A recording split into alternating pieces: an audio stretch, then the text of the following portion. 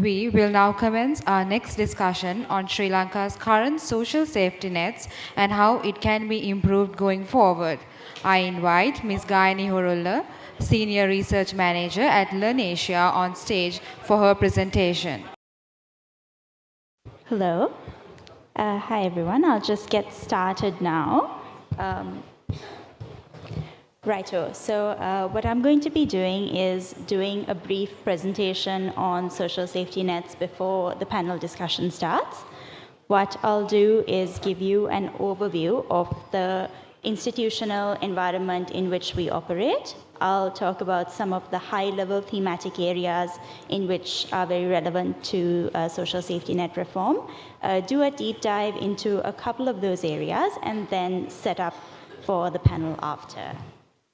So I'd like to start off by talking about the larger macroeconomic environment in which we're operating, right? So if you look at where Sri Lanka was several years ago, pre-crisis, we had about 3 million people who were living in poverty, right? That was about 14% of the population. But now we've seen the economic crisis coming. We've seen COVID, we've seen fertilizer bans, we've seen sudden dollar depreciations, we've seen a whole series of issues which have led to our people's incomes going down significantly, certainly from a real income perspective, and also costs skyrocketing. So as a result, many people have been thrown into poverty. We're talking about, if you look at the UN stats that were released, I believe, a few months ago, they had said that about 6 million people are in need of humanitarian assistance right now. So lots of people are in poverty. The situation is really dire, and that's why it's so necessary to think about social safety nets and make sure that the people who are really in need, that they can really be taken care of in this current context. So, as I said, I'll start off by giving you a brief overview of the social protection programs in Sri Lanka. When we talk about social protection programs, we have social insurance programs, we have social assistance programs, and we have labor market programs. So when we talk about social protection for public workers, we have the pension schemes. There are private and contributory schemes like APF, ETF, farmer and fisherman pension schemes for the informal sector. So we have that series of programs. The social assistance programs, which is what's really important at times like this. So we're talking about the Samurdhi monthly cash transfers. We're talking about PAMA, the public assistance monthly allowance, which is usually for elders. Other types of assistance for vulnerable groups like persons with disabilities, kidney patients, cancer patients. We have specific programs for people suffering from thalassemia and so on as well. We are also operating in an environment where you have a free public healthcare, free public education, and there are also targeted programs for children receiving, the grade 5 scholarship, Triposha, and so on. And of course, in emergency situations like what we're facing now, there are also emergency cash transfers that have been given. So there's that social assistance program as well. And then there are several livelihood development programs that are ongoing as well. So there's a whole series of these programs, which is good. Some could argue that, they've been subpar in terms of what they're achieving, which is what I'd like to talk about right now. So again, stepping back several years, in 2019, we found that there was about 3 million people who were living in poverty. And this was after having a whole series of different programs in place, right? So that's Samurdhi, pension, elderly payments, and so on. So what we can see is that the impact of some of these programs have been quite subpar. So Samurdhi has been able to take about 300,000 people out of poverty. Pensions have been able to take about 500,000 people out of poverty, or the Department of Census and Statistics says. But even with all these programs in place, many people have not been taken out of poverty, which then really begs of the question, how do we create a program that will allow people to stay afloat?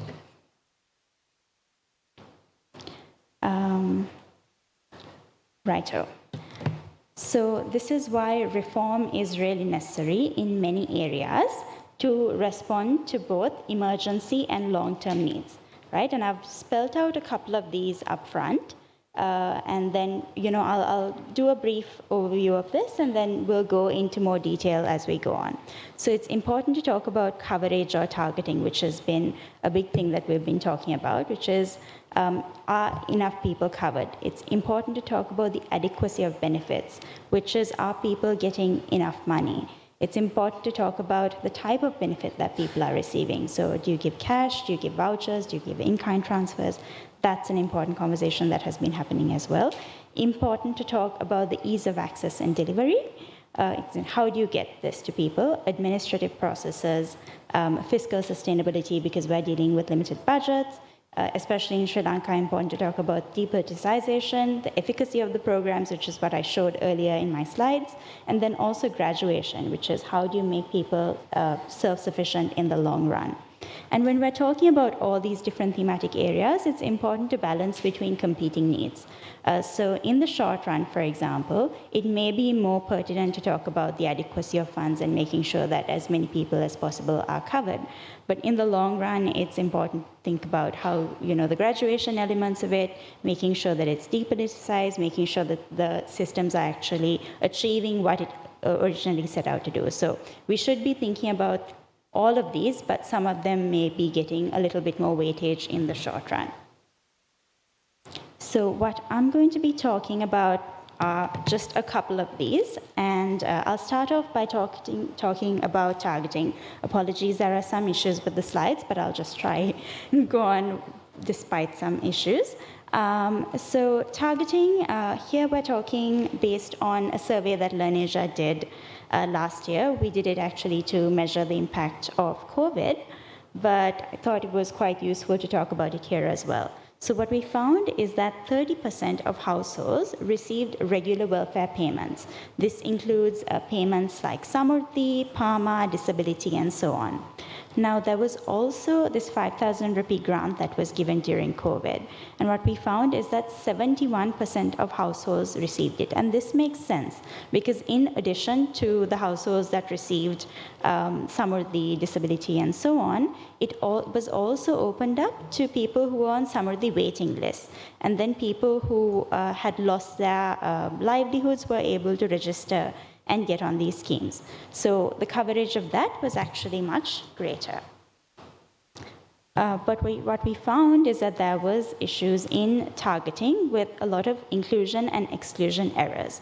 What we've done over here is we've segmented the receipt of these benefits by socioeconomic categories. So socioeconomic category A refers to households that have that are the most well off. So those that have the best education, the best types of jobs, and it's really a proxy for high wealth individuals. Then socioeconomic category E, what you see at the bottom, are really the poor people. So what we found in the case of regular welfare payments, for example, is that 7% of the richest people had regular welfare. Then on the other side, which is much more concerning, is that 55% of those in socioeconomic category E did not get welfare, which then really speaks to this issue around targeting. It was also seen to a much lesser extent in terms of the 5,000 rupee grant, but was there to an extent as well. Again, I think we've seen some sort of move in the right direction over there, simply because they opened it up to people who were on the Samurdhi waiting lists and whatnot. So there's some progress there. So in light of this, it's really important to think about new methods to identify those in need of assistance, because we really need to take care of this program. So what has been proposed under the gazette that was released in 2019 and the Welfare Benefits Act was to use proxy means testing, right? So that's using things like asset ownership. Do you own a tractor? Do you own a boat? Depending on what your livelihood is. What does your household look, what does the house you live in look like? Those kind of characteristics to look at whether you should or should not be getting a welfare.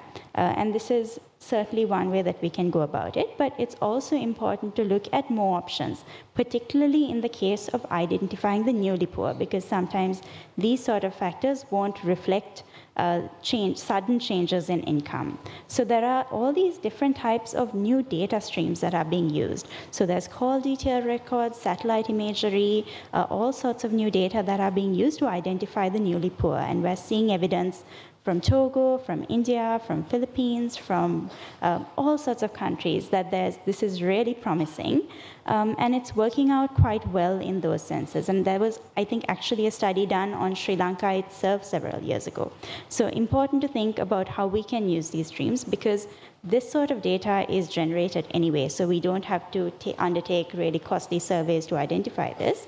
And the other really good thing about using CDR and satellite imagery data is that it's real time. So we can look at how these things change over time very quickly. So I'll talk about targeting more as we go on if needed, but I'll stop there. The other thing that I'd like to talk about is the delivery mechanisms. So there are many different ways through which existing welfare payments are delivered. So if you look at the Samurdhi scheme, for example, it's delivered through Samurdhi banks. If you look at other types of aid, cancer aid, thalassemia aid, kidney aid, some are given through divisional secretariats, some are delivered through post offices. There's a whole different series of ways that it's given out. So what we're proposing is that we should explore transferring these payments through mobile money accounts and banks. And it is actually quite an inclusive solution. So again, what I have up here is some survey data from the survey that we did last year. Of the households that received regular grants from government, we found that it was 98% had either a mobile phone or a bank account.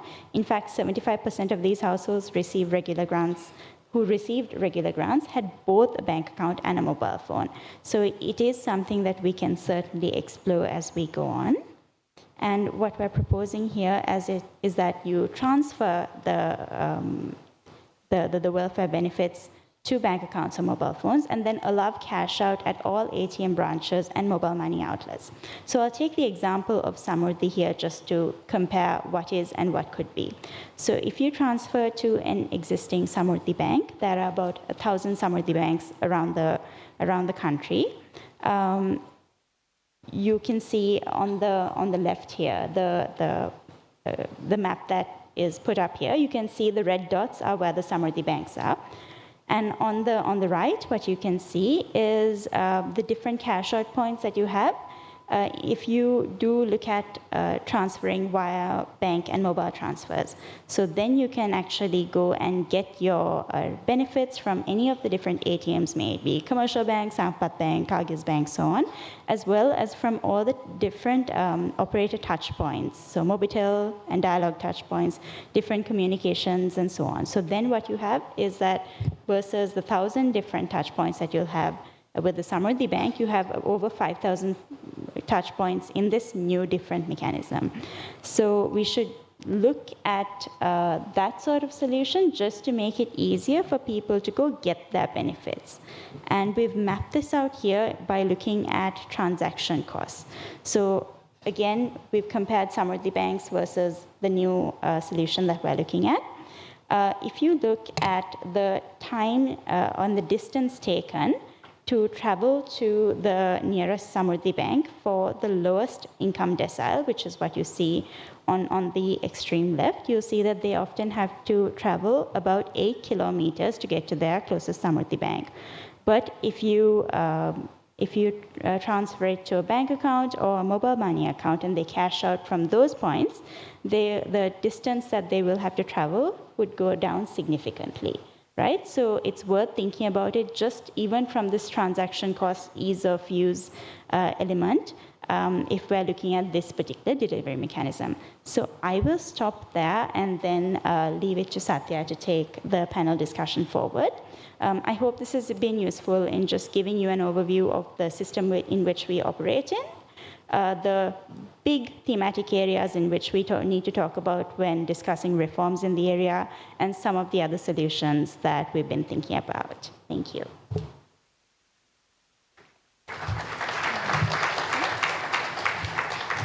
Thank you, Ms. Gayani.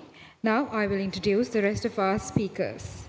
Joining the panel is Dr. Stephen Kidd, Senior Social Policy Specialist at Development Pathways, who will be joining us virtually, and Dr. Ganga Tilakaratna, Research Fellow and Head of Poverty and Social Welfare Policy Research at the Institute of Policy Studies of Sri Lanka. She will also be joining us virtually. The session will be moderated by Sathya Karunarathne. Over to you, Sathya. Thank you very much, Gayani, for that very comprehensive presentation. And thank you for bearing with the technical difficulties that we had. We can now move on to the panel discussion. We have yet another presentation to kickstart the panel discussion. Dr. Stephen, over to you.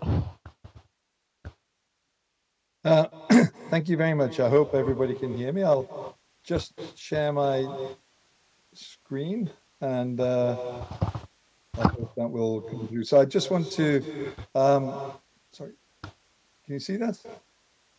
Yeah, so I just want to speak for a few minutes to give a broader perspective, I think, on the social security system in Sri Lanka, and argue that what is needed is actually a fundamental paradigm shift in how the system is set up. Now, I think we've heard, as you know, that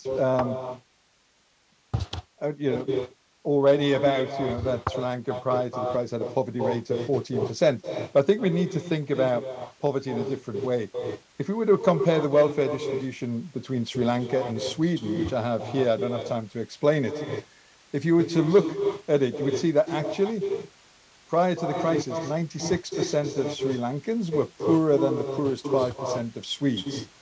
Okay, and I think that it's important to remember that fact, because that sort of sets out the real challenges I think that many people face in Sri Lanka, that they would be considered the vast majority to be living in absolute and utter poverty in Sweden. Yet Swedes receive a universal social security system that supports every Swede right across the life cycle. So if Swedes need that, then perhaps Sri Lanka also needs a similar type of system. But I think what is really important to talk about is the social contract, especially this time of crisis in Sri Lanka, where people feel abandoned by the government. Now, the social contract, the contract between citizens and government, citizens will contribute to the nation through their taxes, through indirect taxes, other ways, through employment, bringing up children. And the government, in return, to have a strong social contract, should be providing high quality universal public services based on entitlements, the right to health, the right to education, the right to social security that everybody has, and that this will build a strong social contract in a nation. And we know that the way to do that is through the provision of universal public services. There's a very interesting paper by Sweden's Ministry of Finance that argued that the success of the Swedish model, remember they used to be as poor a country as Sri Lanka is now, was based on this commitment to universal public services, including social security, and move away from means-tested, poverty-targeted programs.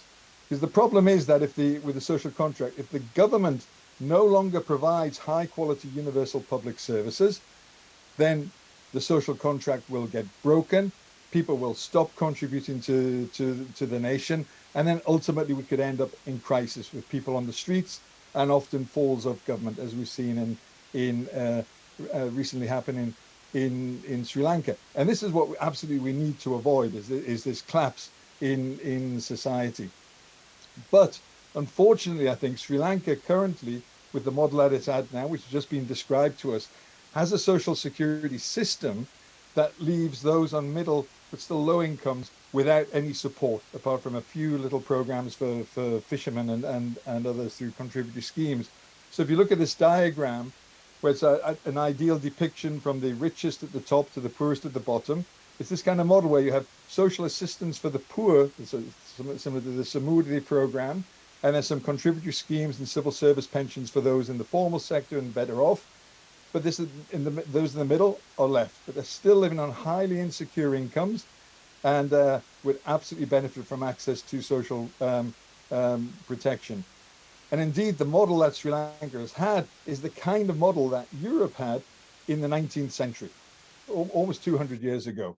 And it's a model that fundamentally undermines trust in government. You could look, we've just heard about the problems with Samurdhi, that is very, very poorly targeted, but it actually undermines trust in government. This just looks at the from 2016 data set, the who was receiving Samurdhi and who wasn't. So this looks from the left, the poorest households in Sri Lanka, to the right, to the richest households in Sri Lanka, and each 1% of the population. And all of those under the black line are those that received Samurdhi, and those above the black line didn't receive Samurdhi.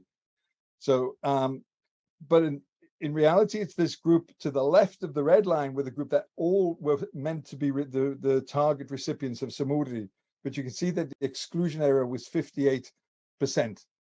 And this is fundamentally this kind of program, because the government is promising benefits even to the poorest, but they're not even getting them, and excluding by intention those on middle income countries, middle incomes, then people will fail to trust government. And the biggest challenge that a country can have is to follow in a time of crisis, to continue the same model of trying to give benefits just to the poorest and missing out to those in the middle. It's like putting fuel on a fire. When you've got a fire, you can continue to target using mechanisms to target, like proxy means tests that have failed everywhere in the world as a means of dealing with a crisis at the moment through social protection, is not the way to go. Syria did that in 2009, 2010. They put in place a poverty targeted program with a proxy means test, and that contributed then to the fall, to the civil war in Syria. So you need to really avoid this type of approach to social protection. And in fact, the Sri Lanka social security system has really had minimal impact on the people in Sri Lanka. If you were to look at comparing on a sort of poverty rate of 30% between South Africa, which invests 3.4% of GDP in its tax finance schemes, and compare with Sri Lanka, that only, as it was investing 0.4% of GDP, a very tiny amount, you'll find, and you compare across the age groups, the poverty rates. At the top of the orange, you can see the poverty rate without social protection in Sri Lanka would have been quite high, but after when you take into account the social protection programs that they have there, you see the poverty rate fell significantly. This is the drop in the orange, the size of the orange, a very considerable reduction in poverty. Whereas in Sri Lanka, when you do a similar comparison, there was almost no impact on poverty as a result of the poverty targeted programs that Sri Lanka had. And so Sri Lanka has been locked in this vicious downward spiral of providing poor quality, poor relief programs to the very poorest, which have built low trust in government, a weak social contract, an unwillingness of the population to pay taxes, and therefore low government revenues, which puts you into this downward spiral of poor quality, poor relief, and therefore a tax to GDP ratio of only around 10%, which is nowhere near enough tax to be able to provide the kind of quality services that people need. And you end up in this vicious downward spiral. It's imperative then that there's a fundamental paradigm shift in Sri Lanka to building the type of modern universal social security system that we find in many other countries in the world, but one that establishes trust in government and builds a strong social contract through the provision of good quality universal public services, including social security, which will build greater trust in government, a stronger social contract, greater willingness amongst people to pay their taxes, which will then lead to higher government revenues and a virtuous circle whereby the government could then invest even more in high quality universal public services, social security, health, and education. So how do we get that to that? Well, the type of modern social security system that we find in the world is one that provides you with protection right across the life cycle, from childhood to old age, through the provision of child benefits to every child in the country. Through working age, you can get unemployment, sickness, maternity, survivors benefits. Old age, everybody is able to receive an old age pension. There are disability benefits for everybody right across the, at any point in their life, and supplemented by some still poor relief safety nets that are still there just to catch those who are still in need and are falling through the cracks still. So it's effectively a move from this kind of system that Sri Lanka's had, which is this large missing middle, a sort of poor relief 19th century model that really just benefits the rich through low taxes, to one that is a social security model where everybody can benefit either through contributing through social insurance or through their taxes and receiving benefits through taxes. So it's a universal system based on the right to social security of everybody that we find in the Universal Declaration of Human Rights. So what to do now in Sri Lanka? Well, I would say that what is actually needed at the moment is an emergency program, a very large-scale emergency cash program that not only benefits those who are really experiencing the challenges of the current crisis, but also helps to drive economic growth in the country. A program that perhaps gives benefits to every child, every person with disability, older people, perhaps the transfer values of $10 for children, $30 for persons with disabilities and older people. The cost is high, but the emergency, the scale of the emergency is significant. This may come to about $1 billion, perhaps over 6 months, that this could be provided as an emergency support. This type of program would reach 87% of households. On average, households would receive around $32 a month. And the most vulnerable households with older people and persons with disability would receive on average about $50 a month. A significant help to the majority of households in Sri Lanka at this point in time. But then in the longer term, there's the need to establish a comprehensive modern social security system, financed from general taxation, like many other countries have, perhaps giving children starting at 0 to 5, but not removing children until 18 years, $10 a month, disability benefits for $30 a month for everybody with a disability, and an old age benefit, perhaps starting with those aged 70 plus years at about $30 a month. Significant improvement, reaching everybody, ensuring that everybody has access to these benefits. The cost of this over time, I put the cost here as a percentage of GDP. I know that's a bit challenging in Sri Lanka at the moment. You can see the cost would only be 1.26% of GDP and wouldn't rise that much, even with a predicting very low level of economic growth, to reach about 1.66% in 2035.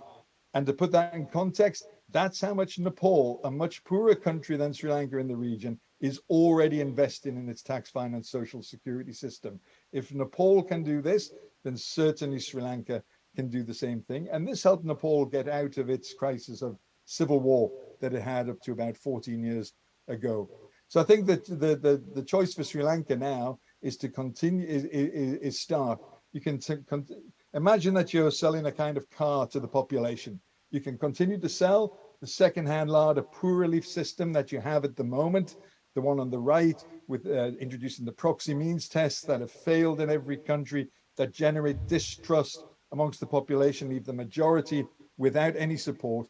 Or you can move to the type of Rolls-Royce inclusive social security system that many other countries have, that has been built over many years, but which is one that will make you fundamentally trust in your government and will build a strong social contract. Of course, it'll based on universal benefits. Of course, it'll take time to get there. So perhaps an intermediate ambition is for Sri Lanka to build a kind of Toyota inclusive social security system, like the one that I outlined, and that hopefully this would then turn things around, drive a stronger economy, economic growth, and bring more equality within Sri Lanka, and benefit those everybody who really is struggling at the moment. So I'll just stop there and thank you for your time. Thank you, Dr. Stephen. I'd like to move on to Dr. Ganga Tilakaratna. We know that Samurdhi is one of the key and largest social protection programs in Sri Lanka. However, we also know that it has its own inherent problems. So my question to you, Dr. Tilakaratna, is, in your opinion, what are the main weaknesses of Samurdhi? And do you think Sri Lanka's budgetary constraints presents a bigger roadblock in terms of broadening Sri Lanka's social protection? Over to you, Dr. Tilakaratna. Thank you, Sathya. I think your question had actually two parts, or two sub-questions. First one to do with the weaknesses of the Samurdhi program and the reforms, and then about the social protection budget or the expenditure. So let me start off with the Samurdhi weaknesses. So as much has already been discussed. So Samurdhi program, we know, despite being the largest safety net program in the country, and which has been in operation for nearly over 2 decades. So it has many weaknesses. So as already mentioned in the two presentations, especially the cash transfer program of the Samurdhi program, suffers from notable targeting issues, both inclusion and exclusion errors. So there are many reasons for these prevailing targeting errors. To begin with, the program actually lacks a clear eligibility criteria to select the beneficiaries, and it also lacks a clear exit mechanism to remove those who are no longer eligible to receive benefits. And there is no mechanism to monitor and evaluate the beneficiaries on regular basis for their eligibility. So one of the another reason that has contributed to this prevailing high targeting errors is the politicization or the political interference of the program, especially the Samurdhi cash transfer program. So talking about the immediate sort of reforms, first and foremost, the targeting errors have to be addressed. So which requires a clearly defined set of criteria to identify the beneficiaries, a defined exit strategy, and a monitoring and evaluation process to evaluate the beneficiaries at least every 3 years to see their eligibility to continue to receive the benefits. So already the graduation strategy is being prepared by the Samurdhi Ministry. Another thing is when we actually think of Samurdhi, we always think of the Samurdhi cash transfer program, but Samurdhi program is more than just the cash transfer program. It was initially designed with the dual objective of reducing vulnerability through the cash transfer program and the social security or the insurance program, and to alleviate poverty through the microfinance and livelihood development program that it has. But there should be a right balance between actually these different components. Currently, much of the emphasis of Samurdhi has been on the cash transfer program, and the bulk of the budget has gone into Samurdhi cash transfer program. So what is important is to actually give more emphasis on the livelihood development and the microfinance component, which actually operates with a network of around over 1,000 microfinance banks all around the country. So it is important to give more emphasis on these components that would assist the low-income households to improve their income, so that without having to rely on government monthly cash transfers, they could earn a sufficient level of income. So ideally, the cash transfer has to be limited to the most needy or the extreme poor groups, but the other vulnerable groups can be given access to the livelihood and the microfinance component. So the second part of your question, if I understood it correctly, actually it's about the social protection overall expenditure and the budgetary constraint, and whether that is the biggest constraint. So actually, the inadequacy of funds is clearly a major constraint to broaden social protection in the country, and especially to extend the coverage of a lot of programs like the disability assistance program, senior citizens program. So budgetary constraints has become a major issue. But this is just one part of the story, because one of the key issues is there is very highly unequal distribution of resources within the existing social protection system. When I'm talking about social protection system here, I'm talking about a broader system which includes the social assistance, insurance, as well as labor market components. So currently, government spends around over 3% of its GDP on social protection sector. But when you look at the distribution of the social protection expenditure, we see that nearly half of it actually goes to finance public servants pension scheme, which currently covers only less than 25% of the elderly population in the country. And on the other hand, we know that over 50% of the senior citizens of the country are without any social protection coverage. So there is a highly unequal distribution of resources within the system, which needs to be addressed. Thank you. Thank you very much, Dr. Ganga. I'd like to move on to Gayani. Gayani, I think when we talk about social security, delivery mechanisms and ease of access becomes very important in the process of formulating a very comprehensive policy mechanism. And I also know that you've done a lot of work in terms of transferring payments to mobile money accounts and banks and the impact this would have on transaction cost. So my simple question to you is, could you walk us through your research findings, and most importantly, how we can tailor this to suit the crisis we are in at the moment?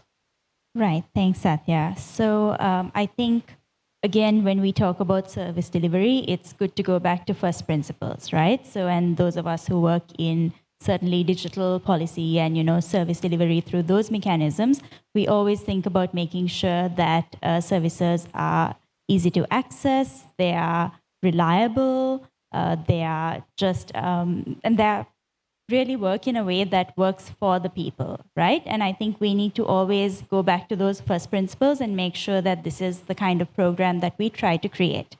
So there was certainly one school of thought at a certain point who used to think that access to social welfare should be made difficult because then it'll disincentivize the people who shouldn't be getting it, from getting it. But I think we've moved away from that sort of school of thought.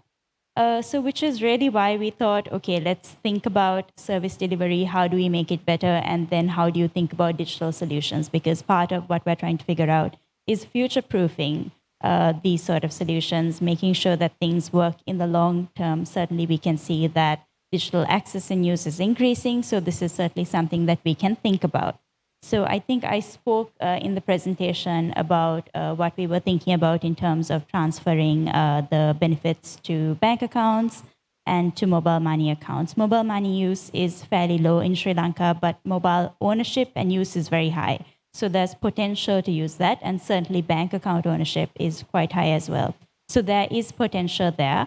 We've shown how the transaction costs can reduce, certainly in the case of Samurdhi. And we can also think about transaction costs reducing for some of the other types of programs, because like I mentioned earlier, you go and get it, some people get different types of benefits from post offices, some people go and go to their DSTs. So there are also a number of households that get multiple types of benefits. So then somebody will need to go to the Samurdhi bank, they'll have to go to the DST, they'll have to go to the post office. So if you actually transfer all these benefits to a bank account, that'll, save people a lot of time and effort as well. So moving towards those sort of solutions would help in the long run. And, beyond the pure ease of access transaction costs argument, we also have to think about it in terms of resources. So moving towards this sort of scheme would mean that you don't always need to have dedicated resources to, pay out this money. So even if you talk about the Samurdhi offices, they can work on the livelihood development programs like what we spoke about earlier. So they can work towards improving other sorts of activities. So again, it's streamlining the administrative elements. That would mean that there's less financial burden as well. It could mean that there are less leakages, which is one of the big challenges in terms of this sort of program as well. So I think the solution that we came up with, it's not foolproof, but certainly has potential to address multiple types of areas. Thank you very much, Gayani. I'd like to move my attention back to Dr. Stephen. Dr. Stephen, my question to you is, could you elaborate a bit more on what the real cost to Sri Lanka would be if the emergency package is not put in place in immediate effect? Yeah, I think the danger is, and we've seen this in many countries, and the Syria is, we have to learn from countries like Syria, which we're in crisis, and the countries in Syria they took away a large scale fuel subsidy that helped everybody, put people into to struggle, and then just gave the benefits to the very, very poorest, and that led to protests and then eventually the civil war. And we've seen that these type of just providing benefits to the poor and missing out on the majority of the population who are really struggling at this time will then lead to more and more protests, or to increase the risk of protests, which could lead to much more more severe political conflicts in the future. And there's a real danger of a collapse of society. And plus there's a real need to drive economic growth, and we can drive economic growth by getting people spending more, getting cash and getting out and spending more, building markets, growing markets. So I think putting in place an emergency package, have to look at the size on a universal basis, one that will build trust because it's done on an equitable and equal basis, reaching all of those who are struggling, will give people the livelihood support that they need in the immediate world. Build this trust in the new government in whichever government comes into place. Drive growth, and then perhaps help begin to strengthen the social contract and build a sort of consensus and an ability for Sri Lankans to come together and then have the space and time to think through a new type of Sri Lanka with a new type of social security system, one that protects everybody that's in need, built on the type of success that we've seen in other countries, which Sri Lanka can definitely do, because as I said, all you have to do is to spend just the same amount that Nepal is spending, and you will make a fundamental difference to the lives of all Sri Lankans. Thank you, Dr. Stephen.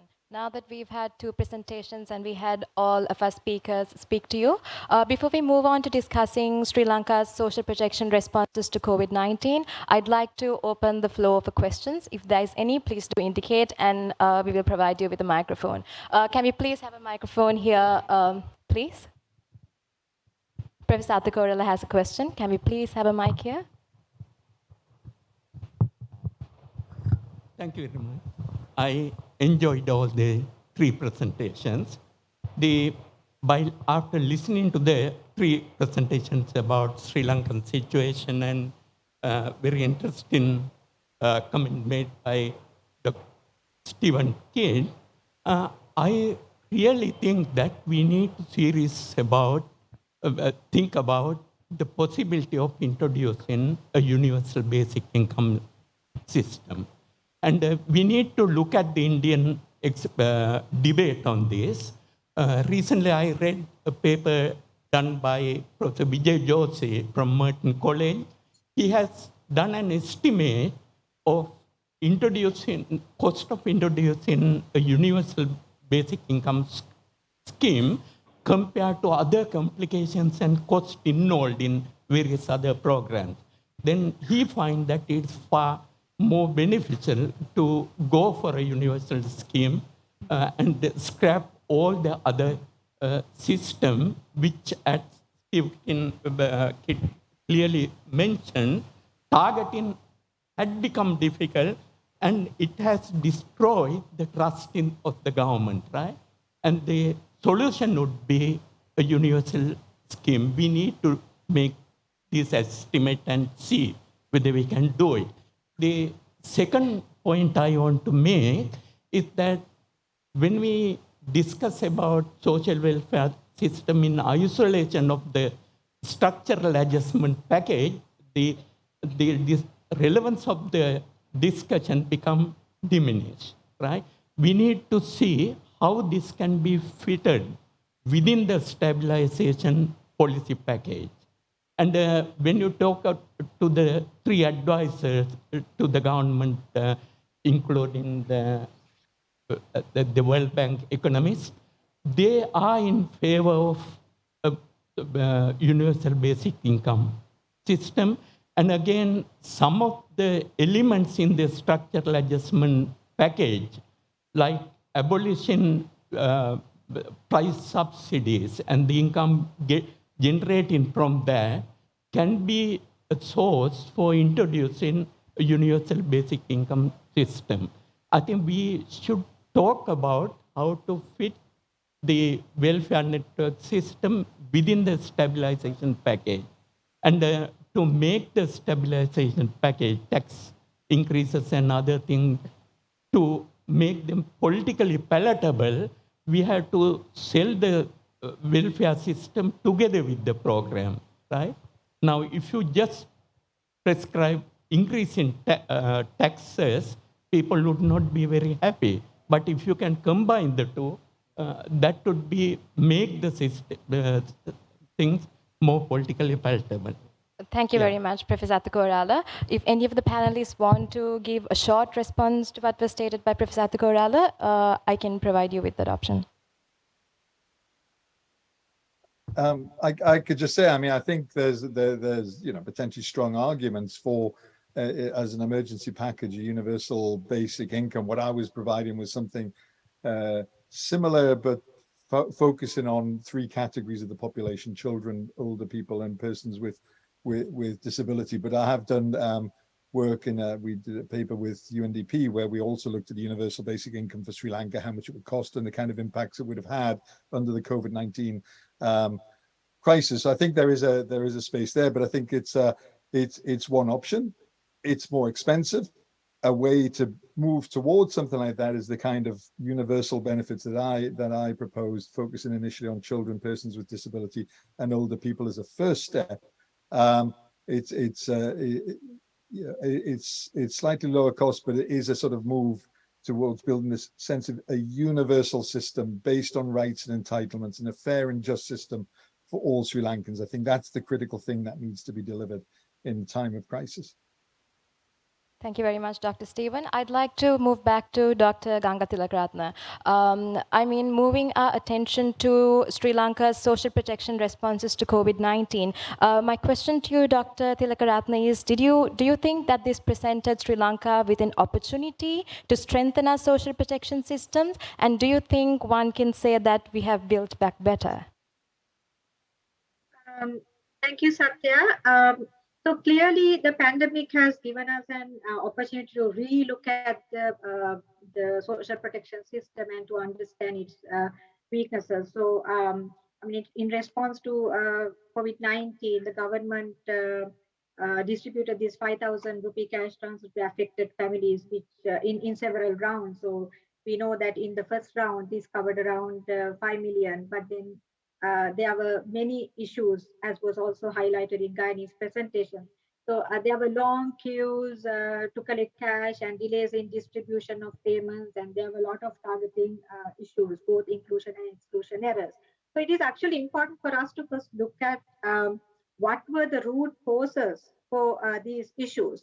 So to begin with, our social protection system was actually not prepared to cover such a large number of new beneficiaries who were out of the existing system.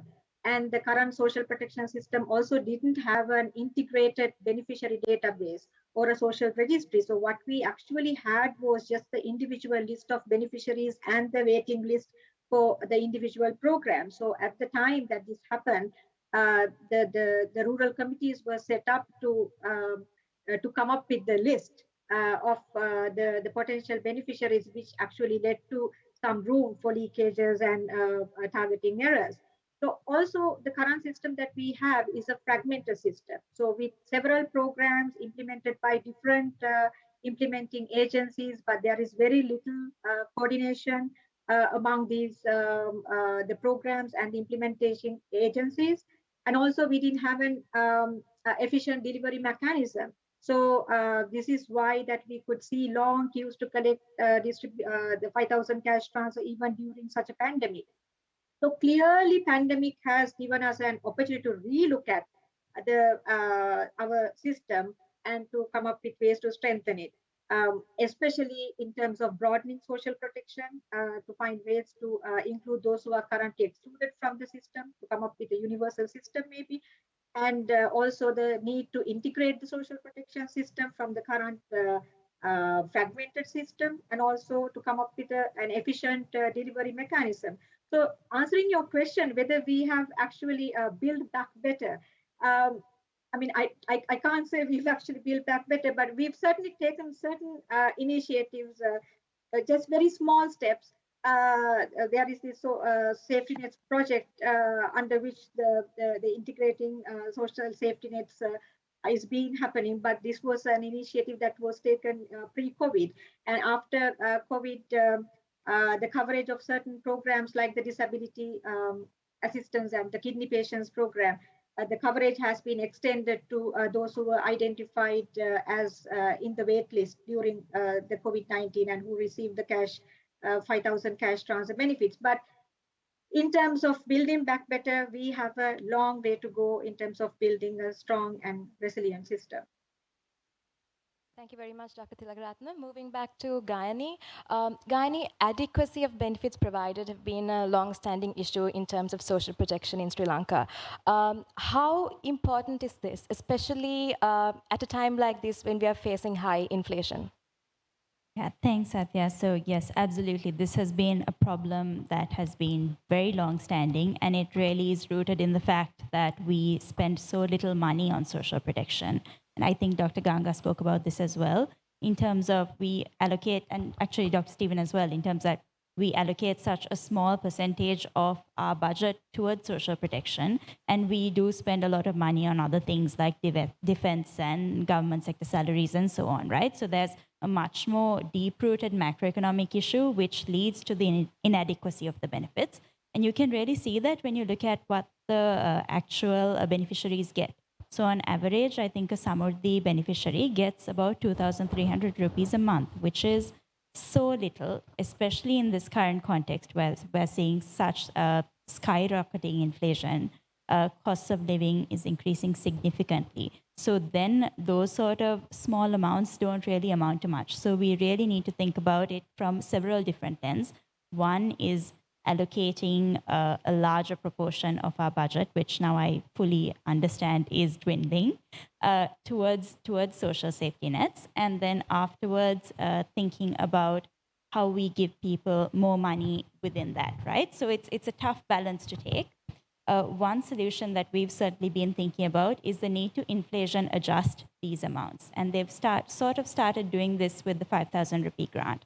So the 5,000 rupee grant that was initially given first in April 2020 is now worth a lot less money because of inflation. So when we did the calculations up to May this year, you would need about 8,000 rupees to get that same utility. Now it's likely much more.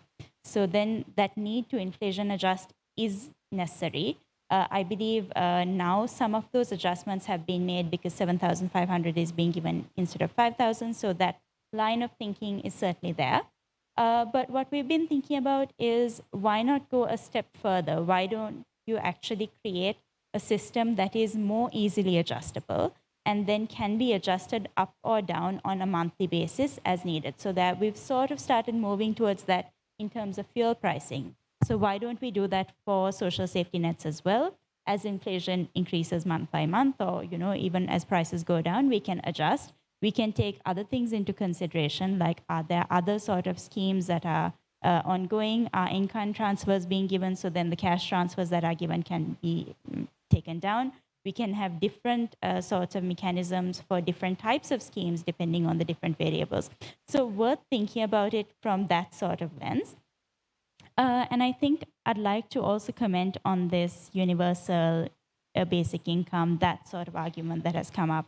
And I think it's worth thinking about. And once again, I'd like to go back to that long-term, short-term sort of view that we've been taking. In the short term, it may be more viable just because we're dealing with an emergency situation where so many people need help. Though I do think the mechanism through which they've done the COVID grant is still could work in the sense that people who really need the grant can sign up for it, right? So then you're making sure that people who don't need it aren't getting it, because that would be almost wasteful. Though we do need to do a cost-benefit analysis to make sure that the administrative costs versus just the delivery costs are taken care of. But in the long run, we would try to go towards a system, one that has adequate social protection broadly. So this is having contributory pension schemes and whatnot. You would want to have that sort of scheme, but just in terms of giving handouts, the Samurdhi cash transfer type programs, we would want to move towards a system where that is weaned off, and then you have more livelihood development programs and stuff like that. So in that context, I'm not sure if a UBI is a solution that we need to be going towards in the long run, but it is something that we certainly should be discussing. Thank you very much, Gayani. I'd like to move back to Dr. Stephen. Dr. Stephen, you contributed to a UNICEF working paper on social protection and children. Could you explain to us how Sri Lanka should start looking at this in the context of the economic crisis we are in at the moment? Yeah, thanks very much. So I think, as many countries have built over the years, these universal child benefit systems, recognizing that we need to give children, the best start in life. So myself, my wife and I, we had 3 children. We benefited from it in the UK, even though we were relatively better off. It still made a significant difference to the type of support that we could give to our children. And I think it's something that I think UNICEF and others would certainly push very, very strongly, the need to give every child this good start in life and to support them over time. Now, perhaps initially, as I said, you may not be able to start at all children 0 to 17, but we've done lots of modeling, and in the paper you could start at a younger age group, 0 to 5 or 0 to 9, give a decent benefit to every family on the basis of every child, not take children off until they were 18 years of age, and this would be easily affordable within the context of Sri Lanka and make a fundamental difference to the lives of children. It would prepare them better for the labor market in the future by tackling issues of undernutrition, allowing parents to give every child something additional. And I think it is really interesting to think, well, why don't we change Samurdhi and turn Samurdhi into this child benefit, into a universal child benefit? Remove Samurdhi apart from a very small, leave it just as a small handout program, and get this fundamental rights-based benefit for all children, linked to expanding the existing elderly allowances and disability benefits, to begin to build this system which will fundamentally begin to the transformation of Sri Lanka. I mean, I think we just need to look back to, sorry, I have a dog in the background. We just need to think back to Europe, had a similar crisis. The Second World War was a major crisis in Europe. Up to the Second World War, European economies were similar to Sri Lanka's, very low tax rates, benefits for the poor. Second World War was the end. That was the point at which they decided we have to have a fundamental paradigm shift. And that's when countries began to introduce, even though they were poorer than Sri Lanka is now, the kind of benefits, universal benefits, that fundamentally changed Europe, and certainly in Western Europe led to peace and moved Europe from being the most conflict-ridden continent in the world to the most peaceful continent, apart from now, unfortunately, we have the war in Ukraine, but in Western Europe, we're no longer threatened by war, by conflict in the same way. And I think countries like Sri Lanka in a crisis like this need to introduce universal child benefits, as many countries in Europe did, to help get over the crisis and fundamentally strengthen and build this trusting government, which is the key thing that needs to be built is strengthened in Sri Lanka at this point in time. Thank you, Dr. Stephen. Before we start discussing about the consolidation of the many social protection programs that we have in Sri Lanka and food-oriented social assistance systems, I'd like to open the floor once again from any questions that the audience may have. Please do indicate and we will provide you with a microphone. Could we please have a microphone over here? I think Dr. Anila has a question.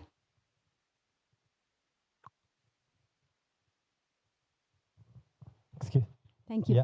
I'd like to do a little bubble bursting and to support what Gayani and Ganga and Stephen said. Just to put in context, I think before any of these problems arose, 2019, Samurdhi gave out, as Gayani said, 2,500 rupees per family. The total budget was 55 billion. There are 23,000 Samurdhi officers, and I did a calculation. Their salaries alone are about 12 billion.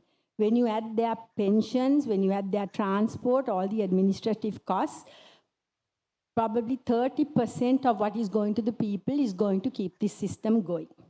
So actually it's an utter farce, because even in 2019, 2,500 rupees were being given to a family when the official poverty line was 7,000 into 4, 28,000 rupees. So it's actually a placebo. It makes no sense.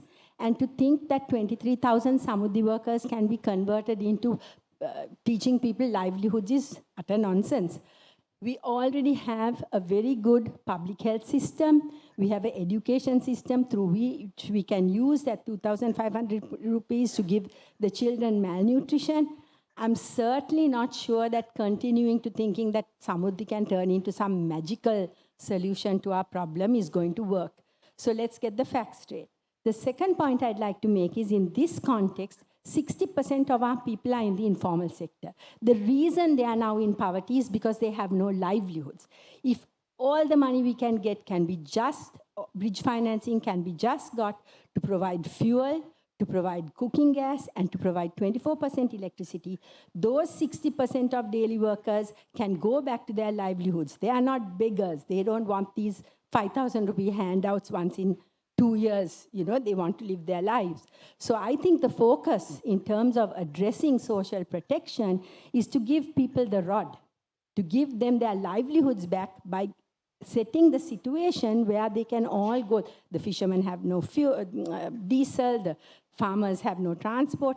So I think we need to look at this in a very different way. Thank you. Thank you very much, Dr. Anuga. Yeah. If there are any other questions, yes. I have one. Of course, yes, please go ahead. Thank you. This is to Gayani. So I had a look at your presentation. I think I represent a fintech who's very interested in financial literacy and inclusion. So I see about 35% only that the financially literate, and this target group maybe is even maybe 50%, right? So in terms of conversion, who's responsible to convert them into accounting, because digital economy that we are driving for? And we, of course, can get that lead in education, financial literacy, and things like that. For an example, we can further scrutinize of spending when they go to an ATM. There are facilitates through Lanka Pay, the closest ATM with 30 rupees, right? That level of education may not know. So that's one. And to Dr. Ganga, in terms of connecting, integrating the different programs, I'm sure even central bank is looking at a digital shared KYC, and through that every bank will be doing reviewed periodical reviews of the profiles. So it can connect through digital ID as well as digital KYC. So those individuals can be checked periodically. Are they still required the funding or not? So these are my questions and suggestions. Thank you. Go ahead. Right. Shall I start? Of course. Right. So completely agree that digital skills is a big problem. Certainly we at LIRNEasia have done several surveys over a bunch of years, and we've found that only about 30% of the population have the digital skills to search for information, to post things online, and so on. So this is a very fundamental problem. And it does need to be addressed holistically. But at the same time, we also have to think about what we've seen in the recent past. So if you take the fuel pass system, for example, we've seen people, again, we know that digital skills are fairly low, but when the need arises, people have been able to go learn from their friends, be quite resourceful in that sense, and learn the skills that they need. So I don't think this should necessarily be a big constraint in terms of when we think about going towards a more digitalized system in the long run. Digital skills does need to be addressed, but I think we can tackle it with the right sort of training. We've seen it in Fuel Pass, we've seen it in countries like India when they required online sign-ups for vaccinations and so on. So I think when the need arises, we can certainly make a case for improving skills that way. Thank you very much, Gayani. Dr. Ganga, do you wish to answer? I think that was more of a suggestion. Yeah, I think I do agree with you. I think it would be good if through the ID number, if the social protection benefits also can be linked to the banking system and everything. But at least to start off with, because since there are so many little programs at the moment, so I think at least within the social protection system, things have to be integrated. So one sort of a step taken towards this is by the social safety nets project, but I think still the progress is very little. So there's a long way to go in this way. Thank you, Dr. Ganga. We can take one more question from the audience. Can we please have a microphone? Thank you very much. Can I weigh in on this? Could you hear me? Yes, we can hear you. Yeah, one comment. First comment is comparing Sri Lanka with country like Sweden, which has a 50,000 GDP per capita. I have certain reservation on that. This question directed to Dr. Stephen. Secondly, now Sri Lanka spent around 2% of GDP for military expenses. So we are a rich country, looks like. UK has an army of 300, less than Sri Lankan army, right? So Sri Lanka lavishly spend on military expenses than social protection. So is there, Dr. Ganga mentioned about, of course, budgetary constraint. This is a good, I understand. But if this is right now, it is good to shift some resources from lavishly spending military expenses towards social protection. I think need of the hour. Thank you. Thank you very much. Do any of the panelists want to answer that very quickly? Well, I think, respond to him? yeah, I'll answer the point about the comparison with Sweden. I mean, I think is interesting. Well, there were 2 points I think about Sweden. One is to show that, look, a country like Sweden is obviously much richer now than Sri Lanka, but almost all Sri Lankans would be in the bottom 5% of the population in Sweden. But the Swedish government recognizes that even then, they still need to give universal social security to everybody in Sweden. They need it, therefore Sri Lankans need it. Second point is that when Sweden introduced this type of system was just after the Second World War. They introduced universal child benefits, as other countries did in Western. They were poorer than Sri Lanka is now.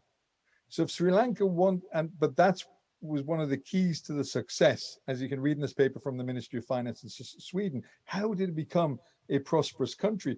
Partly through the provision of universal benefits, including child benefits, disability benefits, old age benefits, unemployment benefits.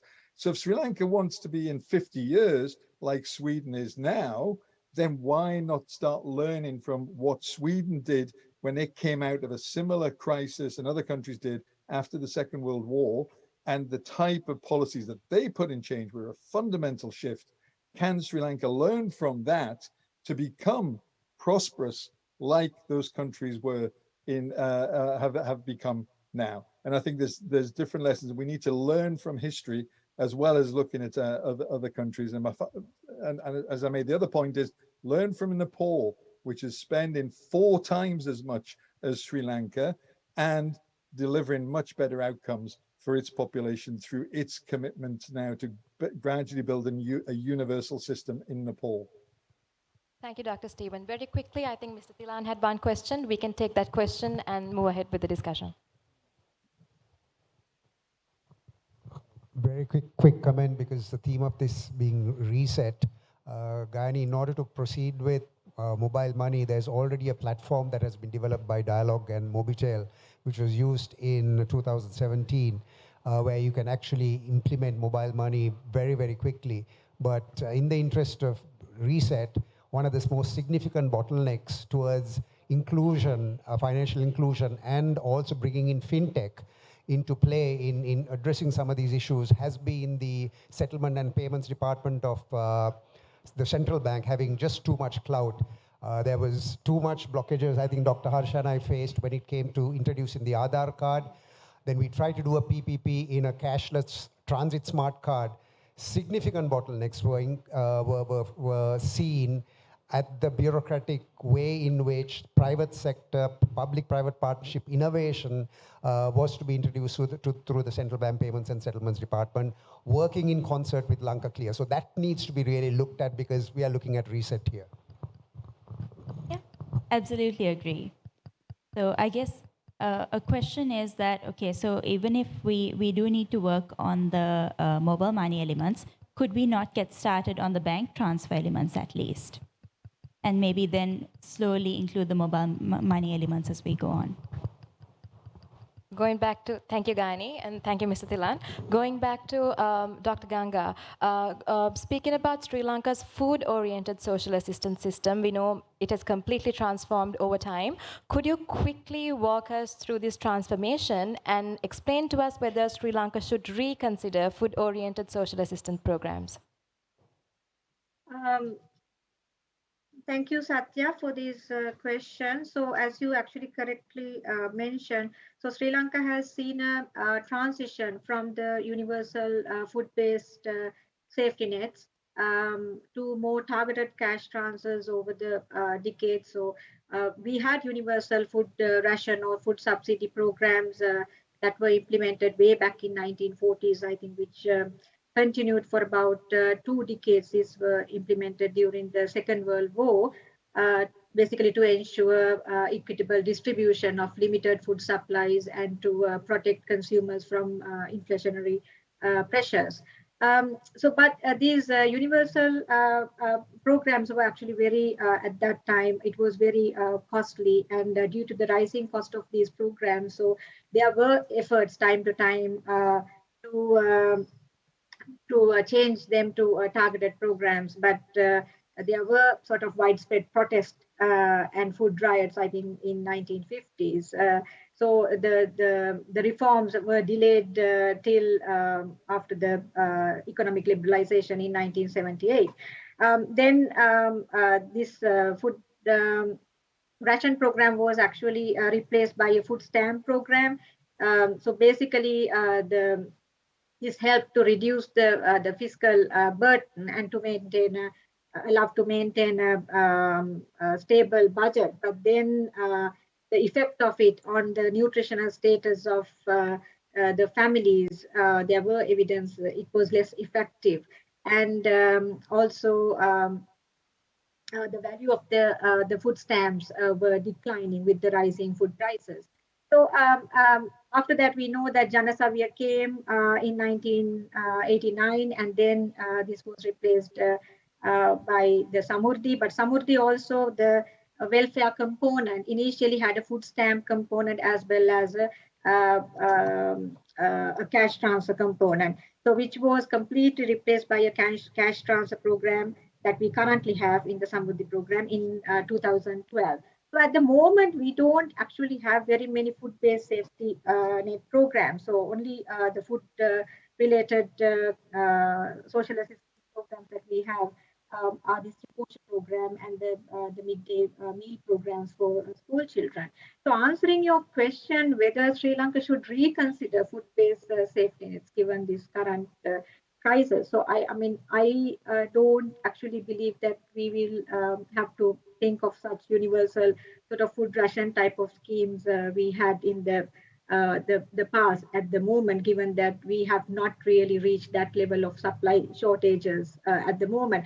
But given the rising sort of food prices or the inflation and increasing size of the food insecure population, which has been estimated to around 6 million, I think, by WFP recently, and the worsening malnutrition condition of children, I think perhaps we could consider more sort of a targeted food-based assistance scheme as an immediate measure or a short-term measure just for the very needy sort of groups if the situation the food crisis and the economic crisis get worsened in the times to come. Thank you very much, Dr. Ganga. One final question to Gayani. Gayani, revisiting this whole topic of consolidating the many social protection programs we have in Sri Lanka, I know you've done a lot of work on this. Can you very quickly walk us through your research and your research findings and the process of doing this?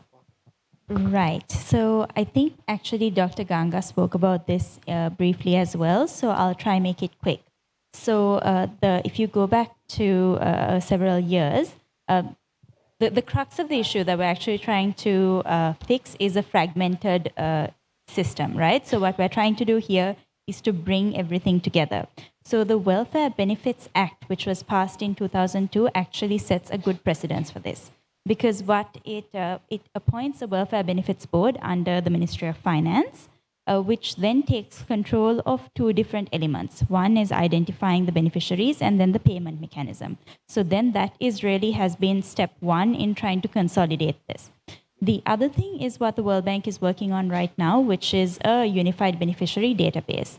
I believe they started work on it around 2017. It was due to finish this year, but I don't think much progress has been made. But ideally, that is the system that we should be working towards. Because what that essentially does that, well, the issue that you're dealing with is the fact that there is one Samurdhi list, there's a disability list, there's a PAMA list. There are 30 different lists for the 30 different schemes. And, you know, all these are, they're all managed by different ministries, different departments, everyone works in silos. There's no communication between these. And then what happens is that, again, take a hypothetical situation where you have a household where someone's on Samurdhi, someone's on disability, someone's on PAMA. You don't have, government certainly doesn't have that sort of insight to know that somebody is in all three. So then that certainly creates a level of opaqueness that we don't need. So bringing all these under a single banner will at least give government some sort of transparency in terms of creating this scheme. And then that will allow for better targeting, better transparency, and then just better implementation overall. So that's almost a good precondition to have to drive all these reforms as we go on. Thank you very much, Gayani. I think with that, we've come to the conclusion of this session. Thank you very much, Dr. Ganga Tilakaratna, Dr. Stephen Kidd, and also Gayani. And thank you to the very engaging audience that we had today. I do hope that you will join us throughout the day and stay with us. Thank you very much.